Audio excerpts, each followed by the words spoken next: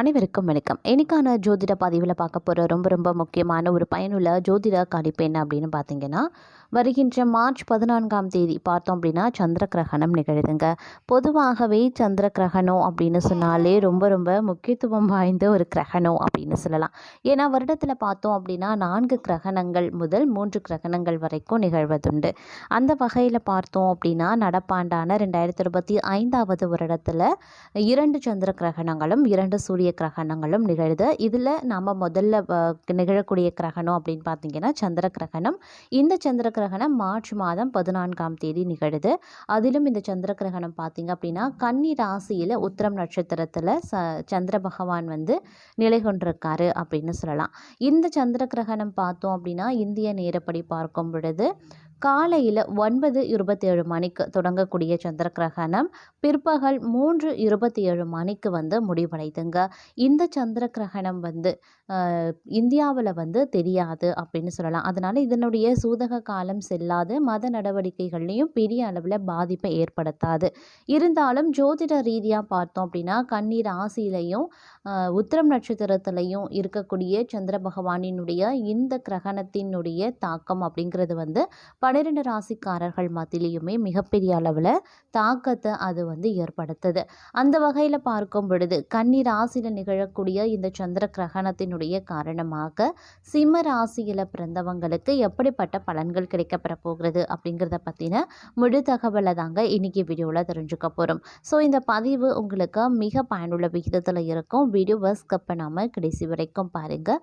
வீடியோக்குள்ளே போகிறதுக்கு முன்னாடி இது வரைக்கும் நீங்கள் நம்ம சேனலை சப்ஸ்கிரைப் பண்ணல அப்படின்னா உடனே சப்ஸ்கிரைப் பண்ணிக்கோங்க. அப்படியே பக்கத்தில் இருக்கக்கூடிய நோட்டிஃபிகேஷனுக்கான பெல் பட்டனையும் ப்ரெஸ் பண்ணிக்கோங்க.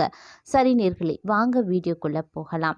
பொதுவாகவே கிரகணங்கள் அப்படின்னும் போது மங்களகரமான நிகழ்வுகள் சுபகாரியங்கள் செய்வதற்கு உகந்த நாளாக பார்க்கப்படுறது கிடையாது. ஆன்மீக ரீதியாக அந்த நேரத்தில் நாம் மிகவும் கவனமாகவும் எச்சரிக்கையாகவும் இருப்போம். அதே மாதிரி பார்த்தோம் அப்படின்னா ஜோதிட ரீதியாக பார்க்கும் பொழுது அதனுடைய தாக்கம் அப்படிங்கிறது அதிக அளவில் வெளிப்படும். ஏன்னா கிரகணத்தின் போது ராகுவினுடைய தாக்கம் அப்படிங்கிறது அதிகபட்சமாக இருக்கும். அப்படிங்கிறதுனால அதனுடைய தாக்கம் அனைத்து ராசிக்காரர்கள் மத்தியிலையுமே முரண்பாடான ஒரு பலன்களை ஏற்படுத்தும் அப்படின்னு சொல்லலாம்.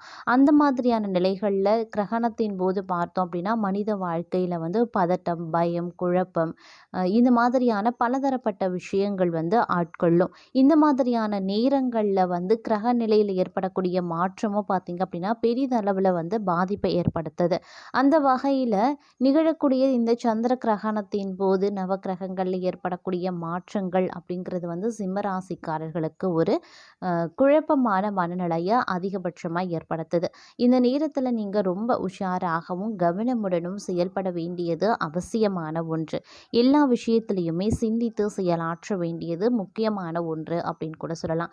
ஏன்னா கிரகணமும் சரி, கிரக நிலைகளில் ஏற்படக்கூடிய மாற்றமும் சரி பெரும்பாலும் சாதகமற்ற நிலையில் இருக்குது.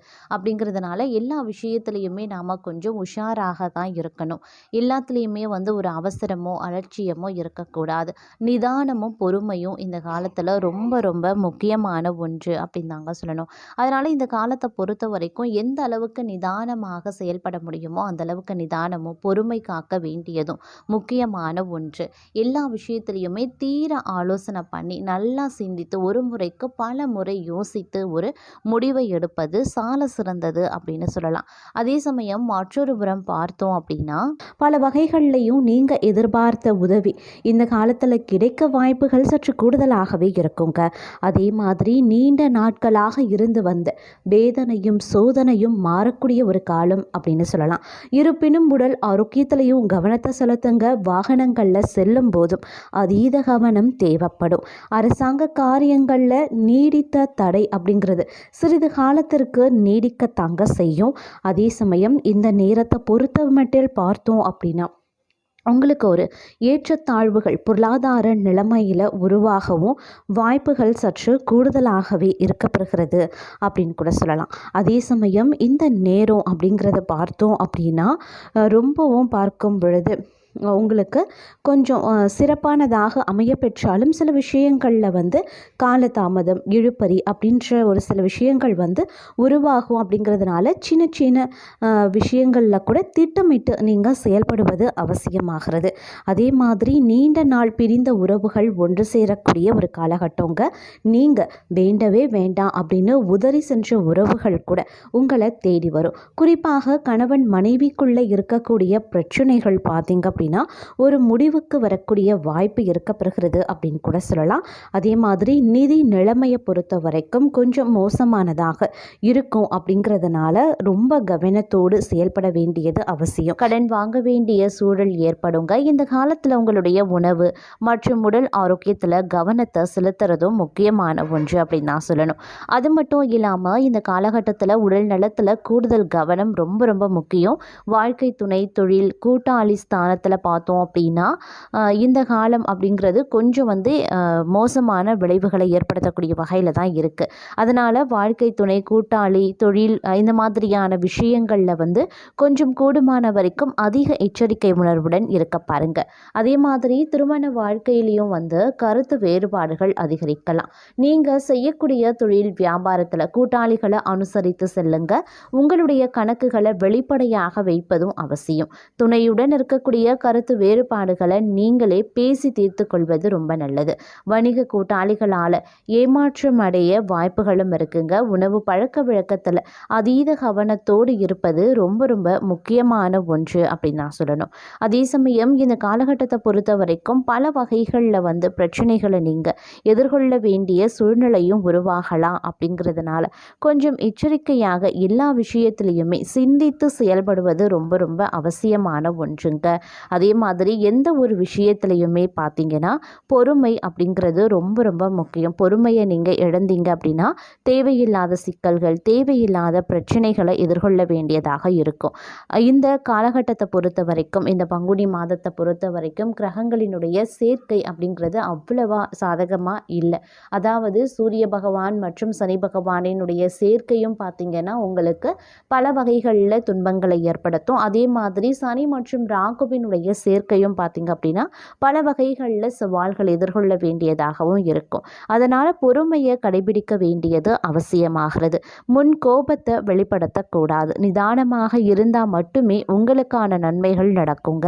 இல்லை அப்படிங்கிற பட்சத்தில் வரப்போகும் நன்மை கூட வந்த வழி தெரியாமல் திரும்பி போயிடும். இடமாற்றம் ஏற்பட வாய்ப்பு இருக்குது. வேலையிலையும் சரி, செய்யக்கூடிய தொழிலையும் சரி, வியாபாரத்திலையும் சரி சின்னதாக ஒரு மாற்றம் உண்டாகலாம். அதை நீங்களே எதிர்கொண்டு தான் ஆக வேண்டுங்க. வியாபாரத்தில் புதிய முதலீட்டின் போது கவனமாக இருக்க வேண்டியது முக்கியம். அனுபவசாலிகளின் பேச்சை கேட்க பாருங்க. அடம்பிடித்து எந்த காரியத்தையும் சாதிக்க வேண்டாம். வீம்புக்காக எந்த ஒரு வேலையையும் செய்யாதீங்க. உடல் ஆரோக்கியம் சம்பந்தப்பட்ட பிரச்சனைகளை உடனடியாக சரி செய்வது ரொம்ப ரொம்ப நல்லது. அதே மாதிரி சிந்தித்து செயல்பட வேண்டியதும் அவசியமான ஒன்று. எந்த விஷயத்திலையுமே அவசரப்படக்கூடாது. நீங்கள் எடுத்து வைக்கக்கூடிய ஒவ்வொரு அடியிலையுமே கூடுதல் கவனத்தோடு இருக்க வேண்டியது முக்கியமான ஒன்று. அதிலும் குறிப்பாக சொல்லணும்னா பிள்ளைகளுடைய எதிர்காலத்திற்கு தேவையான வேலைகளை செய்யறது, மனைவிக்கு எதிர்காலத்திற்கு தேவையான சேமிப்பை துவங்குவது, இது போன்ற வேலையில் அக்கறை காட்டுவீங்க. அதே மாதிரி வியாபாரத்தை முன்னேற்ற அயராது உழைப்பீங்க. வேலையில் எப்படியாவது முன்னேற நல்ல பெயர் எடுக்க வேண்டும் அப்படின்னு கூடுதல் உழைப்பை போட வேண்டியதாகவும் இருக்கலாம். ஆரோக்கியத்தில் கொஞ்சம் கவனத்தோடு இருக்க பாருங்க. குடும்பத்தில் அவ்வப்போது பிரச்சனைகள் எழுந்தாலும் கூட ஓரளவிற்கு சந்தோஷத்திற்கு எந்தவித பிரச்சனையும் இருக்காது அப்படின்னு சொல்லலாம். இருப்பினும் குடும்ப விவகாரங்களில் மற்றவர்களிடத்தில் பகிர்ந்து கொள்வதை தவிர்க்கக்கூடிய பட்சத்தில் குடும்பத்தில் தேவையில்லாத பிரச்சனைகளை உங்களால் தவிர்க்க முடியும். அதே சமயம் உங்களுக்குரிய மதிப்பும் மரியாதையும் பார்த்தீங்க அப்படின்னா அதிகரிக்கவும் வாய்ப்புகள் இருக்குங்க. ஒரு சிலருக்கு வந்து வேலை தேடிட்டு இருக்கீங்க அப்படின்னா உங்களுக்கு ஒரு நல்ல வேலை கிடைப்பதோடு ப்ரமோஷனுக்காக காத்து கொண்டு இருப்பவர்களுக்கும் பார்த்தீங்க அப்படின்னா ப்ரமோஷன் கிடைக்கவும் வாய்ப்புகள் இருக்குது. அதே மாதிரி உங்களை சுற்றி இருப்பவர்களை வந்து நீங்கள் கொஞ்சம் கவனத்தோடு பார்த்து கொள்வீங்க.